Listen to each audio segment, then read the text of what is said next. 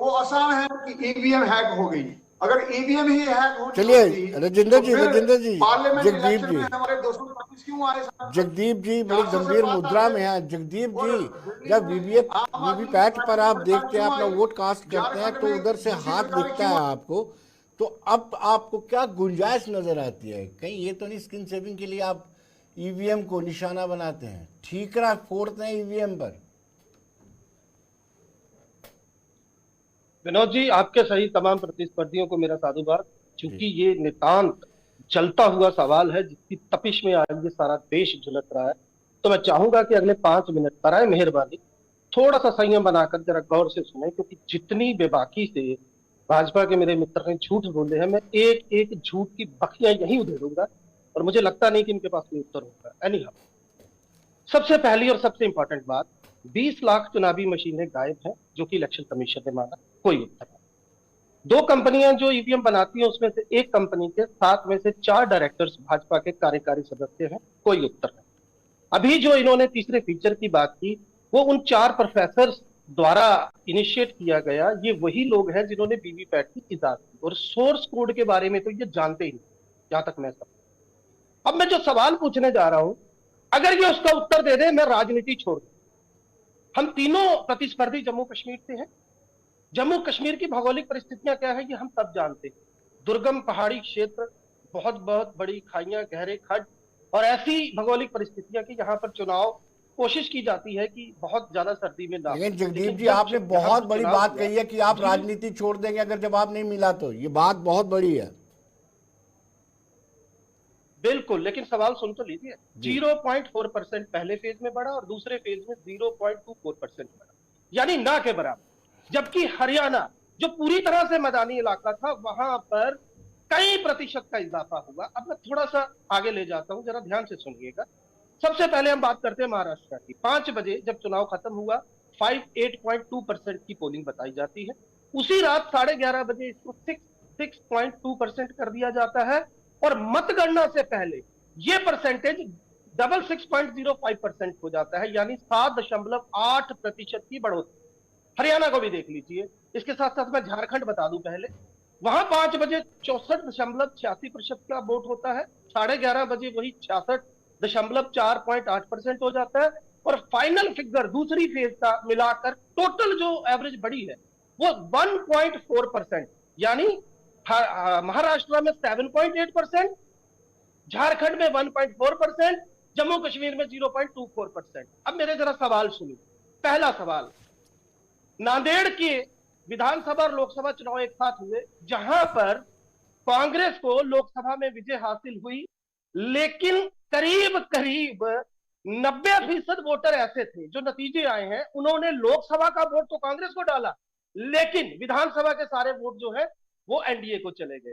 एक मनसे ग्रुप का एक विधायक है, जिसके घर के 4 वोट है, बाकी छोड़ दीजिए, बीवी का है, माँ का है, अपना है, बेटे का है, वो 4 वोट भी उसको अपने पोलिंग बूथ पर नहीं पड़े।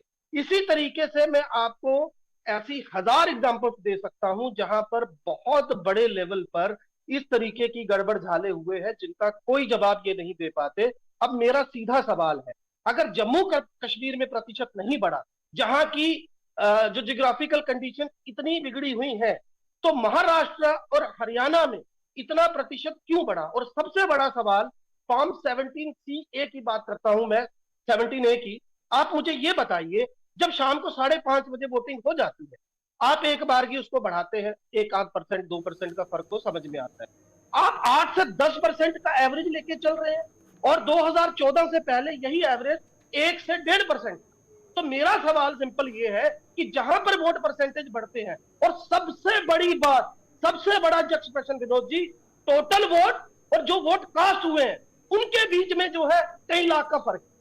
और मैं पूछना चाहता हूं कि अगर कल मेरे जैसा कैंडिडेट कहीं चला जाता है इलेक्शन में, 46,500 रुपया आप एक पोलिंग बूथ का उससे चार्ज करेंगे?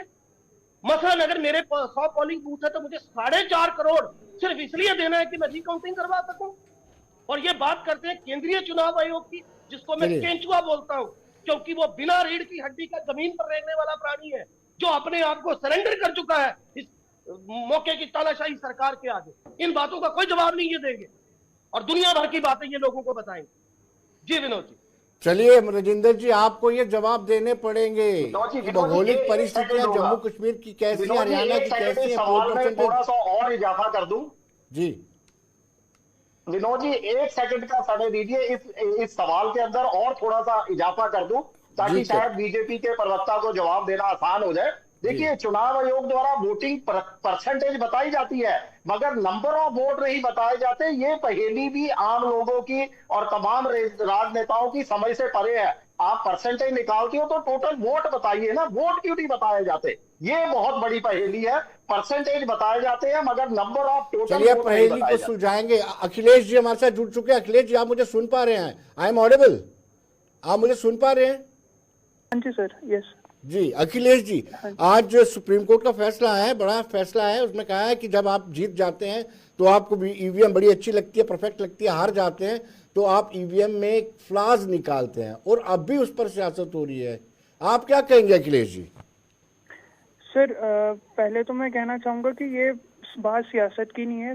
माननीय सुप्रीम कोर्ट का ये जो ऑर्डर है, ये जो बताया गया है, ये क्लियर कट है। क्योंकि आपको याद होगा अप्रैल 2024 में भी सुप्रीम कोर्ट ने एक डिवीजन बेंच ने एक ऑर्डर दिया था जी, जिसमें उन्होंने कहा था कि ईवीएम पे डाउट क्रिएट करना बिल्कुल ही गलत है, बिल्कुल ही बेबुनियाद है। और जो हमारा पुराना सिस्टम था बैलेट का, उससे अब आगे टेक्नोलॉजी इतनी आगे बढ़ चुकी है, इतनी ट्रांसपेरेंसी आ गई है, उसको चैलेंज करके हम अपनी फाउंडेशन को नहीं वीक कर सकते। जी और कल भी जो इन्होंने जो माननीय सुप्रीम कोर्ट का ऑर्डर है, इसमें भी इस चीज को फिर से उन्होंने दोहराया है कि जो हम चैलेंज करते हैं, जो हम डाउट करते हैं कि हमारे वोटिंग को बैलेट में लिया जाए, जो ईवीएम हैक हो सकते हैं, ये सरासर बेबुनियाद है। और आज की डेट में जब तक इससे बेहतर तरीका नहीं आता तो इसमें उस केस तक ईवीएम की कोई ऑल्टरनेटिव नहीं है। अब हमारे पास वीवीपैट आ गए हैं, जो वोट हम कास्ट कर रहे हैं वो हम देख भी सकते हैं।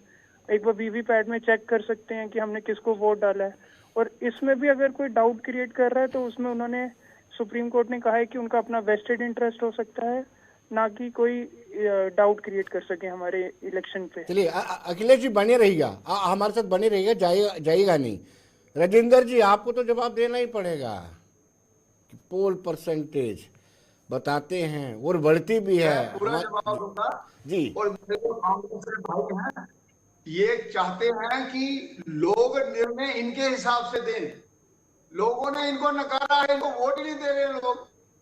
तो अब लोग वोट नहीं दे रहे तो उनको इन्होंने देखना है कि कैसे लोग इनको वोट दें। मशीन ने थोड़े वोट देने हैं इनको। और मुझे ये बताओ, जब वीवीपैट वहां लगा हुआ है, मैं जब वोट कास्ट करता हूं, वहां सामने दिखता है मैंने किसको वोट दिया, और सिंबल भी नजर में आता है। ये उसको भी मानने के लिए तैयार नहीं है। अगर वहां कोई समस्या उत्पन्न होती है, जो वोटर है वो अलार्म कर सकता है। और दूसरा, हर पॉलिटिकल पार्टी का एक एजेंट वहां पोलिंग स्टेशन में बैठा होता है। तब ये मेरे कांग्रेस के भाइयों के पोलिंग एजेंट कहां थे? जब वहां अगर पोलिंग गलत हुई है तो वहां कहां थे ये? तो दूसरा ये है कि हमको ये मानना पड़ेगा कि जब इस ईवीएम में ऐसे फीचर्स लगे हैं, जैसे टेम्परिंग का फीचर लगा है कि कोई उसके साथ छेड़छाड़ करता है, वो मशीन काम ही नहीं करेगी। और अगर उसमें कोई पावर का फेलियर होता है तो वो सेल्फ उसको डायग्नोस्टिक करेगी। तो वीवीपैट साथ में है, स्टैंड अलोन मशीन है, इंटरनेट उस पर काम नहीं करता। तो अब सिर्फ यही बात है कि हमने अपनी हार को मानना नहीं है और हमने ये कहना है कि मशीन ही खराब है। तो कहते रहे, 2014 से इन्होंने कहना शुरू किया था, तो मोदी जी लगातार आ रहे हैं, आगे भी आते रहेंगे। और अगर हमें मशीन हैक होनी होती तो जम्मू कश्मीर में हमने क्यों नहीं हैक करवाई, झारखंड में क्यों नहीं करवाई, दिल्ली में क्यों नहीं करवाई? तो इसलिए मोदी जी आप बता दीजिए ना, अगर वाकई में हैकिंग होती तो जम्मू कश्मीर में अपनी सरकार बना लेती। 5 अगस्त 2019 को बड़ा फैसला लिया था और ये लाजमी हो गया था कि जम्मू कश्मीर में बीजेपी की। जगदीप जी आपके पास आता हूँ, मैं पहले मुनीष जी से जानना चाहता हूँ, अगर वाकई में हैकिंग हो सकती थी तो बीजेपी के पास पैसा भी। पहले तो मुझे ये समझ नहीं आ रही, देखिए पहले तो ये समझ नहीं आ रही कि हम बीजेपी के ऊपर नहीं, हम चुनाव आयोग और ईवीएम की बात कर रहे हैं। बीजेपी क्यों चुनाव आयोग के पक्ष के अंदर खड़ी हो जाती है? क्या बीजेपी नहीं चाहती कि जनता को जो है वो साफ सुथरा लोकतंत्र मिले? आजकल तो ये हो चुका है, मुझे तो लगता है, जैसे वो कहा जाता ना कि मोदी जी है तो संभव है, मुझे लगता है ईवीएम है तो बीजेपी की हार असंभव है। शायद ये तमाम बीजेपी के नेता और कार्यकर्ता आजकल ये मानकर चल रहे हैं। देखिए, वो कहा जाता था ना, पहले हमें छोटे बचपन में नकल की जाती तो कहा जाता कि नकल भी अकल से होती है। तो बीजेपी बड़ी चतुराई से ये काम कर रही है। इस पर जो है बीजेपी की अकल पर संदेह नहीं किया जाता। बिल्कुल वो छोटे छोटे जहां कम सीटें हैं उस राज्य के ऊपर गौर नहीं कर रही। जहां बम्पर जो है वो होलसेल के अंदर फ्रॉड हो सकता है, वहां पर जो है ईवीएम को हैक किया जा रहा है। मुनीष जी सुन लीजिए ना, मुनीष जी हमारे भी सुन लीजिए, हमें भी मौका दीजिए। मैं ये कह रहा था जम्मू कश्मीर बड़ा इंपॉर्टेंट था भारतीय जनता पार्टी के लिए। 5 अगस्त 2019 को जो कॉन्स्टिट्यूशनल चेंजेस की थी, उसके बाद हो सकता था बीजेपी चाहती थी कि लोगों ने स्वीकार किया है, बीजेपी अपनी हुकूमत बना लेती। अगर हैकिंग की व्यवस्था होती, प्रोविजन होता या कोई ऐसा इनके पास लाकुना होता। तो आपने कहा छोटे छोटे राज्य, यहाँ भी किया है, जम्मू में भी किया है, जम्मू में भी किया गया है। जम्मू के आप हर शख्स से पूछकर देखिए, 100 में से जो है 90 शख्स बीजेपी के खिलाफ थे। और बीजेपी भी ये जानती थी, अंदर से बीजेपी जनता की नब्ज टटोल चुकी थी। जम्मू के अंदर, जम्मू संभाग में मैं दावे के साथ कह सकता हूँ, बैलेट पेपर से चुनाव करवा दीजिए, 29 क्या बीजेपी को 9 सीटें नहीं मिलेंगी दोबारा। 29 सीटें जीतने का यही कारण था। और जम्मू संभाग के अंदर भी जो है वोटों के प्रतिशत के अंदर बदलाव किया गया। जैसे अभी कांग्रेस के प्रवक्ता भी कह रहे थे, लगभग हर राज्य के अंदर जहां जहां बीजेपी ने सीटें जीती हैं। आप बताइए, अभी एक टेक्नोलॉजी की बात कर रहे थे, क्या अमेरिका में टेक्नोलॉजी नहीं है? जापान के अंदर टेक्नोलॉजी नहीं है? उन्होंने तो टेक्नोलॉजी को लाया। अगर वो ईवीएम को जो है तौबा कर चुके हैं, तो भारत और बीजेपी किस लिए जो है ईवीएम के पक्ष में? चलिए जगदीप जी जाना है। जगदीप जी आप राजेंद्र जी के जवाब से संतुष्ट नहीं है। राजेंद्र जी का कहना है कि जहां आप हार जाते हो, कर्नाटका, तेलंगाना, हिमाचल में ईवीएम बड़ी साफ सुथरी हो जाती है, परफेक्ट होती है, परफेक्शन आ जाती है उसमें। जी जी, मैं पहले कह चुका हूं, ये बहुत बहुत संवेदनशील मामला है, लिहाजा मैं फिर से चंद सवाल रखना चाहता हूं और मैं उम्मीद करता हूं कि ये मुद्दे पर आए। भाजपा के प्रवक्ता इधर उधर की मत आके, मेरा राजेंद्र जी मुद्दे पर आइएगा। 20 लाख मशीनें, सुन लीजिए पहले जगदीप जी को। वो 20 लाख मशीनें गायब, कोई उत्तर नहीं। सुन लीजिए ना भाई साहब, आप प्रश्न को आप लोगों ने अपने मत के हिसाब से वोट, मैंने आपको इंटरप्ट नहीं किया। आप बराए मेहरबानी पहले सुन लीजिए, फिर उत्तर दीजिएगा। बीच में मत राजेंद्र जी पहले जगदीप जी को सुन लीजिए। चलिए जगदीप जी, चलिए कैरी ऑन जी। जगदीप जी, मैं बड़े नटशल में 4 चीजें रखना चाहता हूं। पहले तो मेरे जो अधिवक्ता मित्र हैं, वो मैं उनको चाहूंगा थोड़ा सा जरा होमवर्क अपना ठीक करें, क्योंकि जो डॉक्टर पाल है जिन्होंने याचिका लगाई, मैं बताता हूं आपको भाजपा का षड्यंत्र क्या। वो अडानी का कोर फ्रंट है। जब मेरे माननीय नेता राहुल गांधी ने अडानी के खिलाफ पूरे देश को बताया, तो ये वो व्यक्ति था जो प्रेस कॉन्फ्रेंस लेके सामने आ गया। अब जब ये कोर्ट में जाता है तो ये संविधान के अनुच्छेद 14, 19 और 21 की दुहाई देता है, और बदले में ना ये हरियाणा के तथ्य सामने रखता है, ना महाराष्ट्र। और ऐसा किया क्यों जाता है? ताकि भाजपा को ये कहने को मिल जाए कि देखिए जी, सुप्रीम कोर्ट ने भी याचिका खारिज कर दी।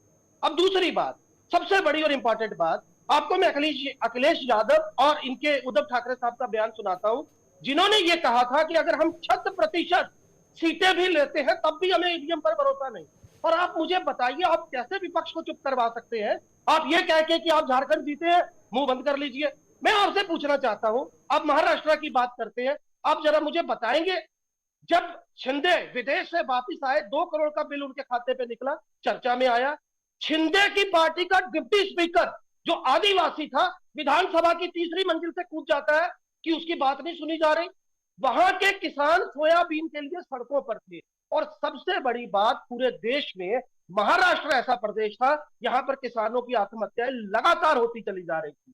बावजूद उसके जो नतीजे आए, मैं आपको एक चीज बड़ी साफ कहना चाहता हूं, सिंपल और स्पष्ट शब्दों में, कि जब शाम को 5:30 बजे वोटिंग बंद हो जाती है जी, आपने एक बारगी 1% का जो लेट आपको इंफॉर्मेशन आई बढ़ा दिया।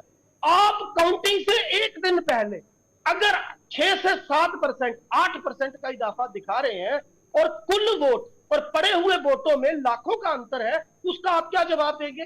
और एक और चीज विनोद जी मैं आपकी जानकारी के लिए बता दूं, तो इनको शायद नहीं पता होगी, हमारे जो हरियाणा के प्रदेश अध्यक्ष है कांग्रेस के, उनके व्हाट्सएप पे एक मैसेज आया था इलेक्शन काउंटिंग के एक दिन पहले किसी ईमानदार अधिकारी का जिसका ईमान बाकी था, उसने बकायदा बता दिया कि फला फला असेंबली आप हारने जा रहे हैं। नेक्स्ट डे वही हुआ, और आज इस देश के लोकतांत्रिक इतिहास में पहली बार हो रहा है कि 20% रनर अप जो है वो हाईकोर्ट चले गए। जगदीप जी आपको रोकूंगा, लौटते हैं, वापिस लौटते हैं एक छोटे से कमर्शियल ब्रेक के बाद, बने रहिए।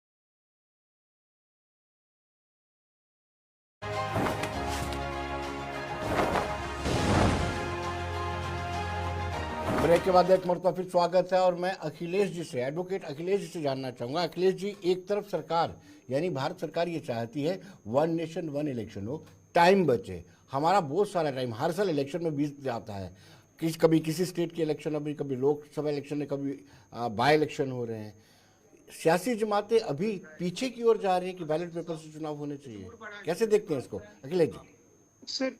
सर इसको अगर हम सियासी तरीके से देखें तो बात अलग है, लेकिन अगर हम देश के लिए सोचें तो वन नेशन वन इलेक्शन में जितनी हमारी कॉस्ट सेविंग हो रही है, वो उस चीज़ को सपोर्ट करने के लिए ईवीएम की एक जो रिक्वायरमेंट है, जो ईवीएम है वो काफ़ी सपोर्ट करता है। अगर हम बैलेट की बात करें तो बैलेट में आपका जो खर्चा है, इलेक्शन कमीशन की रिपोर्ट है और फाइनेंस मिनिस्ट्री की रिपोर्ट है कि वो 5 से 10 गुना ज़्यादा खर्चा होता है बैलेट में, क्योंकि उसकी मेंटेनेंस, उसकी कॉस्ट ऑफ प्रिंटिंग वो ज़्यादा है। जबकि ईवीएम हमारा इलेक्ट्रॉनिक है, रीयूज़ हो सकता है, इससे कॉस्ट सेविंग है, टाइम सेविंग है। आप अभी देखेंगे कि अमेरिका में बैलेट सिस्टम है, वहाँ पे अभी 10 दिन के बाद भी कैलिफोर्निया और कुछ स्टेट्स में अभी काउंटिंग कंप्लीट नहीं हुई है, जबकि हमारे महाराष्ट्र का रिजल्ट आया, 6 घंटे में रिजल्ट फाइनल हो गया, रिजल्ट आ गया, अब सरकार बनने जा रही है। अगर हम वो टाइमिंग देखें जो देश की ग्रोथ के लिए ज़रूरत है, ईवीएम की ज़रूरत है। और बैलेट सिस्टम जो है उसमें कितनी खामियां थी, पुराना कितना उसमें आपके गड़बड़ होती थी, कितने बैलेट चुराए जाते थे, बदले जाते थे, वो सबके सामने है। उसको हम क्लियरली बता सकते हैं। हमारी हिस्ट्री बताती है कि कैसे 80 और 90 के दशक में गड़बड़ होती थी। अगर उसके हिसाब से देखा जाए और वन नेशन वन इलेक्शन के अगर देखा जाए, उसके लिए ईवीएम्स एक हेल्पफुल सिस्टम है जो हमारे ग्रोथ को सपोर्ट करेगा।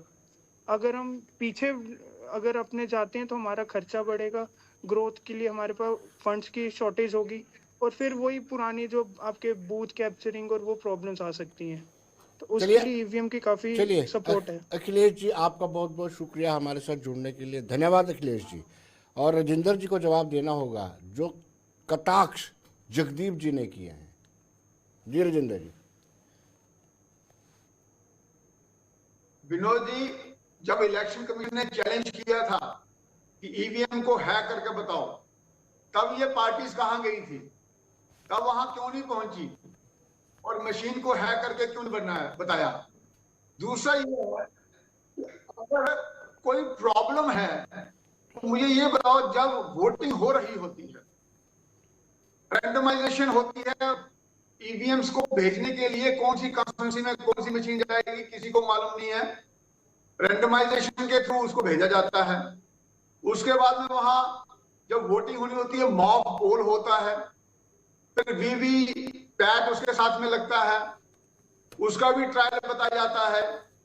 वोटर वोट डालता है, वो वहां देखता है कि मैंने किसको वोट डाला, सिंबल के साथ नाम उसको दिखता है।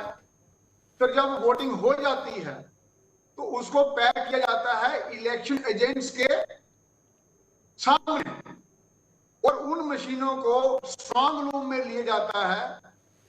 साथ में पॉलिटिकल पार्टीज के रिप्रेजेंटेटिव वहां जाते हैं और वहां जो लॉक लगता है उसके ऊपर साइन किए जाते हैं हर पॉलिटिकल पार्टी के रिप्रेजेंटेटिव के द्वारा। और ये सारी प्रक्रिया वीडियोग्राफी के साथ की जाती है। और फिर जब इसकी काउंटिंग होती है, वही लोग जिन्होंने साइन किए होते हैं वहां पहुंचते हैं और उस लॉक को उनके सामने खोला जाता है।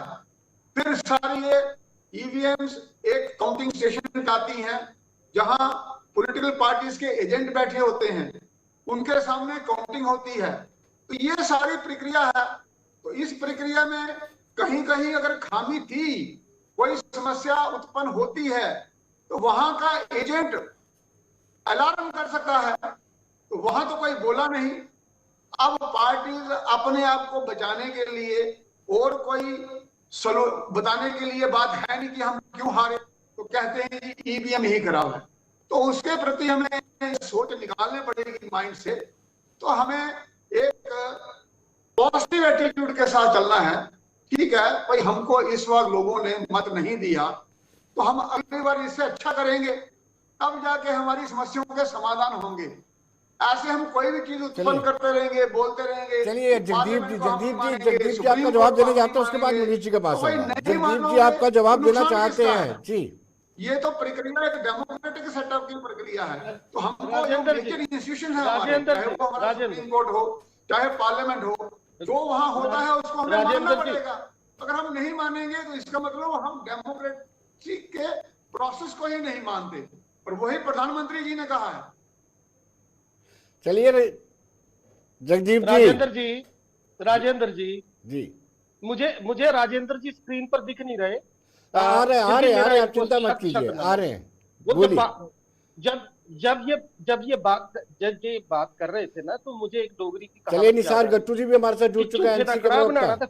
फिर मिठा कट की पाना।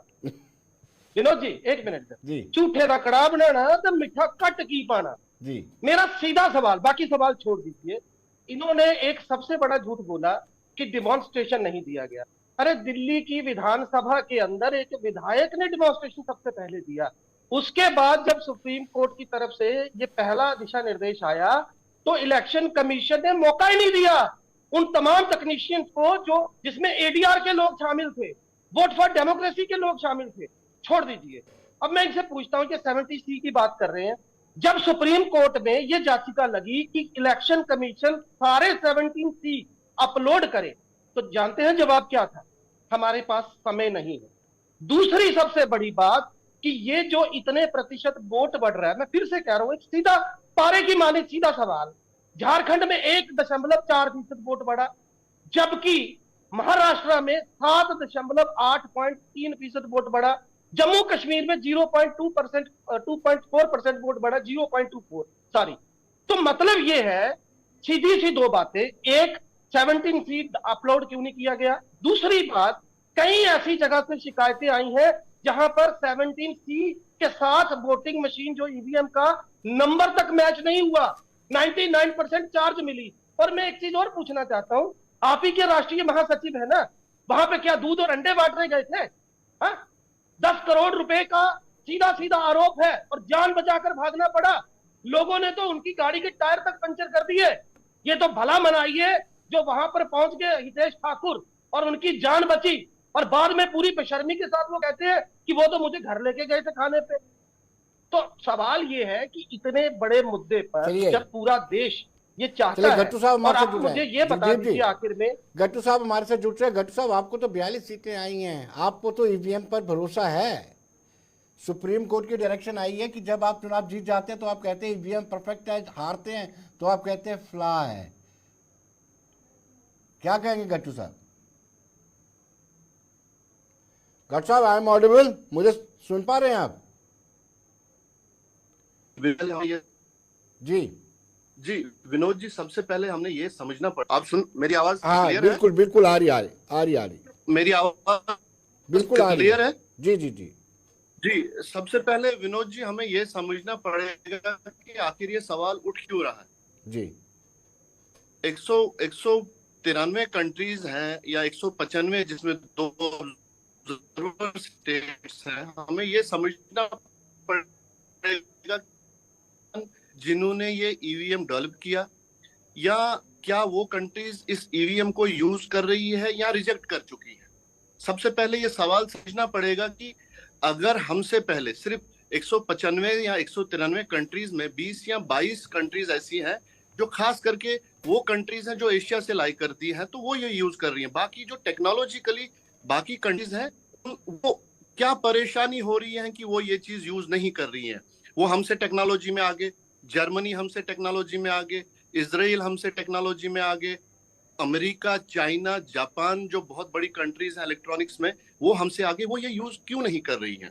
तो कहीं ना कहीं ये सवाल उठता है कि हमसे आगे लोग, हमसे टेक्नोलॉजी में आगे लोग ये यूज नहीं कर रहे हैं। तो ये सवाल है। दूसरा, मैं बड़ा वसूख के साथ कहना चाहता हूँ, ये जो बोल रहे हैं टेम्परिंग नहीं होती है, टेम्परिंग होती है। वरना आज भी अगर महाराष्ट्र का इलेक्शन देखें तो वहां पे जो एक्चुअल पोलिंग और वीआईपैट और जिसे हम बोलते हैं स्टैंड अलोन सिस्टम है, उसमें 5 लाख या 6 लाख का डिफरेंस आ रहा है। तो ये एक छोटी सी मिसाल है। आज से पहले एक कंप्यूटर में वायरस बनाया गया था, फ्राइडे 13। वो ऐसा वायरस था कि जिस तारीख को फ्राइडे को 13 डेट हो, उसी दिन एक्टिवेट होता है। देखो, ये प्रोग्रामिंग है, और programming can be hijacked from everywhere. ये कोई बड़ी बात नहीं है। आपको है आपका कब ये चीजें होती है। बाकी जो ईवीएम के आज तक भी अगर हम सारे रिकॉर्ड देख लें जब से ईवीएम, तो कहीं पे आपका जो स्टैंड अलोन सिस्टम है वो मैच नहीं कर रहा है वोटिंग से, वो मैच नहीं कर रहा है काउंट से। तो कहीं ये सवाल, इसमें भाजपा, कांग्रेस या किसी का रोल नहीं है। इसमें हमें जो इंडिपेंडेंट यहाँ की इलेक्शन कमीशन है उस पर सवाल उठता है। ये किसी पार्टी की लड़ाई नहीं है, ये उन राइट्स की लड़ाई है जो लोगों को डेमोक्रेसी में मिलती है। आप ये चीज हमें ये समझना पड़ेगा। ये मेरे रविंद्र जी हैं या बाकी जो हम पार्टी के यहाँ पे अहदेदार हैं, हमें आपस में इस चीज को बहस नहीं करनी है। हमें ये सोचना है कि हम कैसे डेमोक्रेसी को प्रिवेल करें। अगर दुनिया की इतनी बड़ी टेक्नोलॉजी में, जिन्होंने स्पेस चल रहा है प्रोग्राम, नासा चल रहा है, वो ये चीज को रिजेक्ट करके बैलेट सिस्टम पे आए हैं, तो कहीं ना कहीं हम हिंदुस्तान में रह के हमें भी इन चीजों को सोचना पड़ता है कि हम ये चीज क्या हो रहा है। और हर इलेक्शन में देखो, डिस्पाइट आपने बोला कि 42 सीटें लेके है, 42 सीटें मैटर नहीं है। मैटर ये है कि क्या ये सिस्टम फुलफिल्ड है, क्या ये सिस्टम एक फुल प्रूफ है जिससे लोगों का विश्वास दिन ब दिन कम हो रहा है। आप देखो, आज इलेक्शन में, आज दिल्ली में एजिटेशन होता है, कहीं के एसपी के जो अखिलेश यादव, उन्होंने बोला अगर मैं सबकी सब, तो तब भी मुझे इस पे यकीन नहीं है। चलिए मनीष जी, इन चीजों को हमने मद्देनजर रख ये बताइए कि ये चीजें देखनी। अभी देखिए, झारखंड में आप जीते हैं और बाकी जगहों पे भी, अगर हिमाचल की बात करें, कर्नाटका, तेलंगाना, या फिर हम दिल्ली की बात करें, तो क्या वहाँ पे अगर वो जीत सकते तब ईवीएम ठीक रहती है या कोई कॉन्स्पिरेसी लगती है आपको, मुनीष जी? जी देखिए, पहले तो बीजेपी के प्रवक्ता से बहुत सवाल पूछे गए, मगर वो सवालों को घुमाते रहे। वो परसेंटेज के ऊपर कुछ नहीं बोले कि ये जो 6, 7, 5% तक बढ़ जाते हैं, इसका बढ़ने का क्या कारण है। दूसरा, वो भी कह रहे थे शुरू में कि मैं 20 सालों से बड़ा क्लोजली इसको जो है तमाम वोटिंग को, ईवीएम को देख रहा हूं। मुझे लगता है कि 2009 में इन्हीं के सबसे बड़े नेता आदरणीय लाल कृष्ण आडवाणी जी ने भी, सुब्रमण्यम जी ने भी सवाल उठाए थे। तो क्या वो इनकी नजर में गलत सवाल थे? क्या वो उनके सवालों का समर्थन नहीं करते, अपने नेताओं के विरोध के अंदर खड़े हैं? देखिए, बिल्कुल सही बता रहे थे अभी एमसी के प्रवक्ता आए थे कि 5 लाख से ऊपर का फर्क आया है टोटल वोटिंग के ऊपर, जो परसेंटेज बताई गई थी और जो एक्चुअल वोट काउंट किए गए हैं। महाराष्ट्र की 288 सीटों में से 280 सीटों पर बढ़ाकर जो है वो काउंटिंग हुई है। और जो बची 8 सीटें हैं उस पर भी हैरानी की बात है कि टोटल मत प्रतिशत जो चुनाव आयोग द्वारा बताया गया था उससे कम जो है वो वोटों की गिनती की गई है। ये तमाम चीजें हैरान करती हैं और कहीं ना कहीं देखिए चुनाव आयोग पर भी ये जो है बहुत बड़ा सवालिया निशान है कि चुनाव आयोग इसका संज्ञान क्यों नहीं ले रहा, क्यों लोगों को माननीय न्यायालय की शरण के अंदर जाना पड़ता है। देखिए चुनाव आयोग का काम है कि निष्पक्ष जो है वो चुनाव देश के अंदर होने चाहिए, तभी लोकतंत्र प्रक्रिया को जो है वो बचाए रखा जा सकता है। तो मुझे लगता है कि चुनाव आयोग को आगे आकर बिना किसी पार्टी का पक्षपात किए हुए जो है इस ईवीएम के ऊपर जवाब देने चाहिए, परसेंटेज के ऊपर जवाब देने चाहिए। बीजेपी के प्रवक्ता जो है वो बीजेपी के ही प्रवक्ता रहे, चुनाव आयोग के प्रवक्ता बनने की कोशिश ना करें, चुनाव आयोग को बचाए नहीं। क्यों राजेंद्र जी, आप पर ये एलिगेशन लग रहा है कि आप बीजेपी के प्रवक्ता कम और चुनाव आयोग के प्रवक्ता ज्यादा हैं? विनोद जी, ये सारे मेरे नेता हैं जितने भी यहाँ बात कर रहे हैं, तो मेरे को ये सुन के हैरानगी हो रही है कि हम फैक्ट्स पे बात नहीं कर रहे। क्या सुप्रीम कोर्ट ने जो कहा है वो गलत है? ये सुप्रीम कोर्ट को भी नहीं मानेंगे, ये कांग्रेस वाले तो नहीं मानते हैं, कांग्रेस वाले नहीं मानते। शाहबानो केस भी इनको याद होगा। किसी चीज को मानते नहीं है तो इसी प्रकार से बीजेपी के लोगों के प्रवक्ता वर्डिक्ट को भी नहीं मानते। माननीय उच्च न्यायालय के फैसलों को नहीं मानते थे। याद कीजिए जब मुख्य चुनाव आयोग की नियुक्ति करनी थी, माननीय न्यायालय का क्या फैसला था और रातों रात जो है बीजेपी ने अध्यादेश पाया था। अभी ये जितने भी मेरे नेता हैं यहाँ, वीवीपैट साथ में लगा हुआ है। अगर कोई वोट गलत पड़ता है, जो विकास कर रहा है वो नहीं कह रहा कुछ भी। जो पार्टी इलेक्शन लड़ रही है वो बोल रही है, हम ये नहीं बता रहे हार क्यों गए, ये बता रहे मशीन खराब है। उस पर बात कीजिए, उस पर जवाब दीजिए। वो परसेंटेज कैसे बढ़ जाती है, वहां कौन सा वीवीपैट लोगों को दिखाई दे रहा है? उस बात पे नहीं बात कर रहे। तो दूसरा, इनके एजेंट्स वहां बैठे हैं, उन्होंने कोई ऑब्जेक्शन नहीं किया कहीं भी। तो अब ये कह रहे हैं कि हम हार गए हैं, वो ये ईवीएम खराब हो गई। तो टेक्नोलॉजी अडॉप्ट करना कोई बुरी बात नहीं है। अगर किसी देश ने नहीं की है तो उसका मतलब ये नहीं कि हमने भी नहीं करनी है। तो किसी देश ने मून पे इतनी लो कॉस्ट में अपना प्रोजेक्ट भी नहीं लगाया, लेकिन इंडिया ने लगा के बता दिया और अपना करके भी बता दिया, लैंडिंग वहां सॉफ्ट लैंडिंग करके। चलिए हमको तो टेक्नोलॉजी के साथ आगे बढ़ना है जी, और जितने भी प्रोसेस हैं अच्छे उनको अडॉप्ट करना है। जगदीप जी, उनकी जनसंख्या, जिन मुल्कों की आप बात कर रहे हैं जिन्होंने ईवीएम एजाज किया था, उनकी जनसंख्या कम है, हमारी जनसंख्या बहुत ज्यादा है। यहाँ पे तो बड़ा लाजमी है ईवीएम के साथ वोटिंग हो। क्या कहेंगे जगदीप जी? विनोद जी, अब मैं देख रहा हूँ ये बहस जो है ना, ये मुद्दे पर रही नहीं है। मैं इसलिए ना बड़ा ज्यादा ना बोलते हुए चंद सवाल रखूंगा, बाकी छोड़ दीजिए आप सब।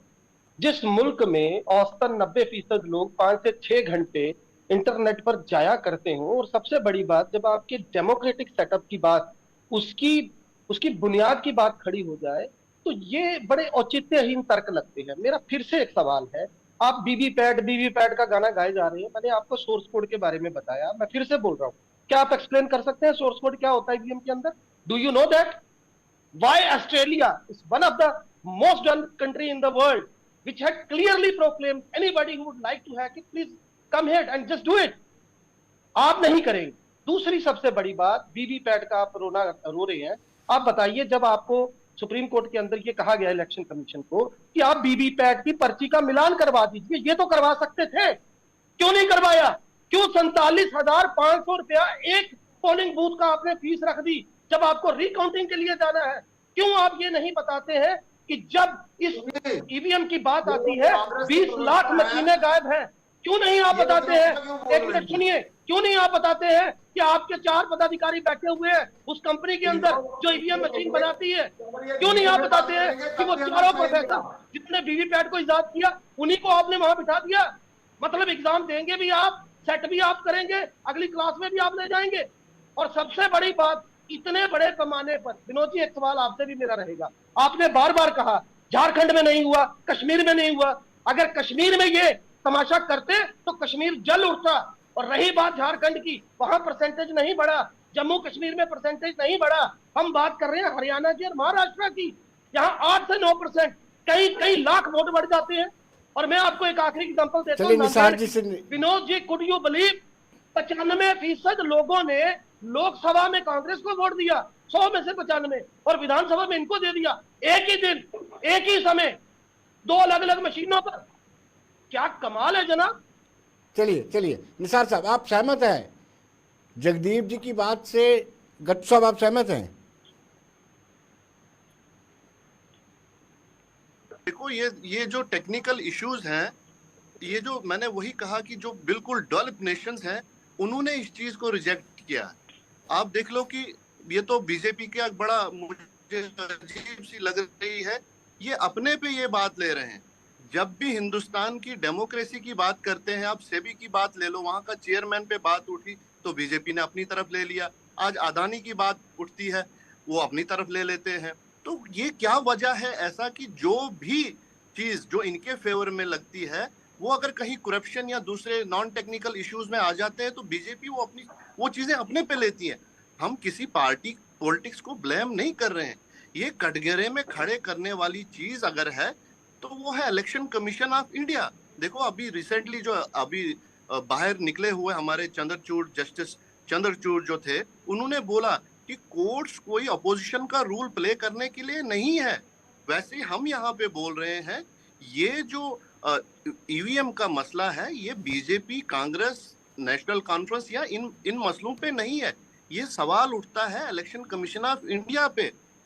ऐसी क्या चीज है कि जो वो कंपेयर नहीं कर रहे हैं? आप देखो, अभी जगदीप जी ने बोला कि आपने सुप्रीम कोर्ट में जाके उन्होंने बोला कि एक रिकाउंटिंग के लिए 47,000 रुपए लगेंगे। तो कहीं ना कहीं उनका फेलियर, और वो 47,000 रुपए अगर बोलते हैं, दैट मीन कि वो लोगों पे वो चीजें आती हैं। वो आहिस्ता आहिस्ता विश्वास खो रहे हैं लोग इस चीज पे। और देखो, हर दिन ये बहस आज तक थी नहीं पे आ गई, आगे आगे रोड्स पे आ जाएगी। कहीं ना कहीं इस डेमोक्रेसी के सेटअप को, डेमोक्रेसी को जिसमें हम हिंदुस्तान के लोग बिलीव करते हैं, इस पे दिन ब दिन ईवीएम्स पे वो चीज खो रहे हैं हम। तो बाकी ये वायरस बनाना भी आप ऐसा देख लो, ये कोई बड़ी बात नहीं है। अगर ये हमारे बीजेपी के भाई साहब हमें बोल रहे हैं कि हमने डेवलप नेशन के साथ चलना है, तो उनकी वो चीजें ले लो। आप नासा की तरह कोई इंस्टीट्यूट खोल लो, आप मिसाइल पे काम कर लो। आप ऐसे, हमें आज भी जहाज बाहर से लेने पड़ते हैं। तो ये चीजें, इन चीजों पे डेवलप करो, ना कि उसमें जिसमें लोगों का करप्शन का खर्चा रहता है। आप यहाँ की पॉवर्टी इरेडिकेट करो। जो हम 80% लोगों को यहाँ खाना फ्री दे रहे हैं, दैट मीन हम 80% लोग यहाँ पे भूखे हैं, उन पे काम नहीं हो रहा है। और इतना खर्चा ईवीएम पे हर साल नई चीजें आ रही है। फॉर्मर मेयर से जानते हैं कि जगदीप जी बार बार ये सवाल उठा रहे हैं कि जो पोल परसेंटेज बढ़ता है और जिस स्टेट में बढ़ता है उसमें भारतीय जनता पार्टी जीत जाती है। ये जवाब आपको देना पड़ेगा। विनोद जी, आपको मालूम है कि जो शाम के समय में या सुबह सुबह, ये 2 समय ऐसे होते हैं जब लोग ज्यादा मात्रा में वोट डालने के लिए आते हैं। दूसरा, मैं ये कहना चाहूंगा कि हिंदुस्तान में अभी एक ट्रेंड आ गया है कि जितने भी इंडियन इंस्टीट्यूशंस हैं उनको डीमोटिवेट करो और उनका ये बताओ कि वो काम ही नहीं कर रहे। तो ये एक प्रोपोगंडा चल रहा है पूरे हिंदुस्तान में कुछ लोगों के द्वारा, चाहे वो इलेक्शन कमीशन हो, चाहे पार्लियामेंट हो, चाहे वो संविधान हो।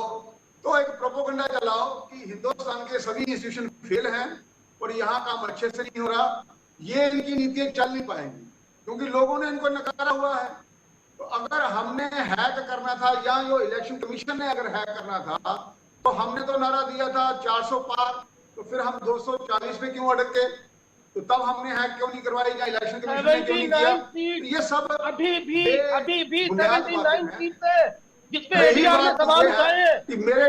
आपने सुप्रीम कोर्ट में कोई जवाब नहीं दिया उत्तेजना से बोल रहे हैं और आप एजेंसी की बात करते हैं। क्यों मोदी जी ने रातों रात फैसला बचा था सुप्रीम कोर्ट का? क्यों सीजीआई को बाहर निकाला गया? क्यों सीजीआई को इलेक्शन कमीशन के चुनाव और ये बता रहे हैं कि जवाब दे दीजिए इसका। क्यों एलन मस्क ने कहा? एलन मस्क ने क्यों कहा? कोई जवाब है? यहाँ के जा रहे हैं कुछ गलत और ये सही। अगर सुप्रीम कोर्ट के जजेस ने ये कहा है कि ईवीएम सही है, और आप जो तो आपने सुप्रीम कोर्ट का फैसला क्यों पलटा, आप बता दीजिए। चलिए सुप्रीम कोर्ट को मान लेते हैं, ठीक है विनोद जी पूछिए, सुप्रीम कोर्ट का फैसला क्यों पलटा रातों रात, और हमें भी क्यों सीसीआई को बाहर निकाल दिया? भाई लोगों में जाइए, लोगों में अपनी विश्वसता बढ़वाइए। ईवीएम आपको खुद ही वोट दे देगी, लेकिन लोगों में आके यहाँ चिल्ला चिल्ला के कुछ नहीं होना है। जगदीप जी वो कह रहे हैं ईवीएम पे ठीकरा मत फोड़िए, पब्लिक के बीच में जाइए, पेनिट्रेट कीजिए ताकि पब्लिक आपको वोट कास्ट करे। ये सलाह है राजेंद्र शर्मा की, जो मेयर है, फॉर्मर मेयर। विनोद जी मैं एक आपको बड़ी रेलिवेंट इंफॉर्मेशन देने जा रहा हूँ। महाराष्ट्र में ये फैसला हो सकता है कि जितने भी विधायक जीते हैं वो एक साथ सामूहिक इस्तीफा दे दें और सड़कों पर उतर आए लोग, जैसे मेरे न्यायिका के मित्र ने कहा। मैं फिर आखिर में एक सवाल पूछता हूँ, सुप्रीम कोर्ट की दुहाई देने वाली भाजपा जरा ये बताए कि जब सीजीआई उस कमेटी के मेंबर थे उन 3 लोगों के जो ये तय करेंगे कि कौन इलेक्शन कमिश्नर होगा, कोई जवाब है? क्यों पहले इलेक्शन कमिश्नर जो थे उन्होंने इस्तीफा बिना कारण बताए दे दिया, कोई जवाब है? क्यों आपने दिल्ली की सरकार की ताकतों को सुप्रीम कोर्ट का अध्यादेश पलटकर फैसला बदल दिया, कोई जवाब है? क्यों वीवीपैट की पर्ची का मिलान नहीं कराया, कोई जवाब है? क्यों आपने बढ़े हुए परसेंटेज पर, अभी आपने कितनी निर्लज्जता के साथ ये कहा कि सुबह और शाम वोट ज्यादा पड़ते हैं। अरे भाई साहब, जब 5:30 बजे फॉर्म 17C साइन हो जाता है उसके बाद तो नहीं ना वोट पड़ता कोई, तो क्यों वो फॉर्म डाउनलोड नहीं करता इलेक्शन कमीशन अपनी वेबसाइट पर, कोई जवाब है? क्यों इतने लाख वोट जो बड़े हैं उसका कोई जवाब है? और यहाँ बड़ी बात, मैं फिर से एक बात कह के बात पूरी करूंगा, समय का अभाव है, मैं सिर्फ इतना कहूंगा, कुल वोट और पड़े हुए वोटों में लाखों का अंतर क्यों, बस ये बता दो। चलिए क्यों अंतर है? चलिए जगदीप जी, समय नहीं है। जगदीप जी आपका बहुत बहुत शुक्रिया, मनीष जी आपका, गट्टू साहब आपको टाइम नहीं मिला, आपका भी बहुत बहुत शुक्रिया, राजेंद्र जी आपका भी बहुत बहुत शुक्रिया। तो दर्शकों, आप बने रहिए देश दुनिया की खबरों के लिए और मुझे दीजिए इजाजत। नमस्कार।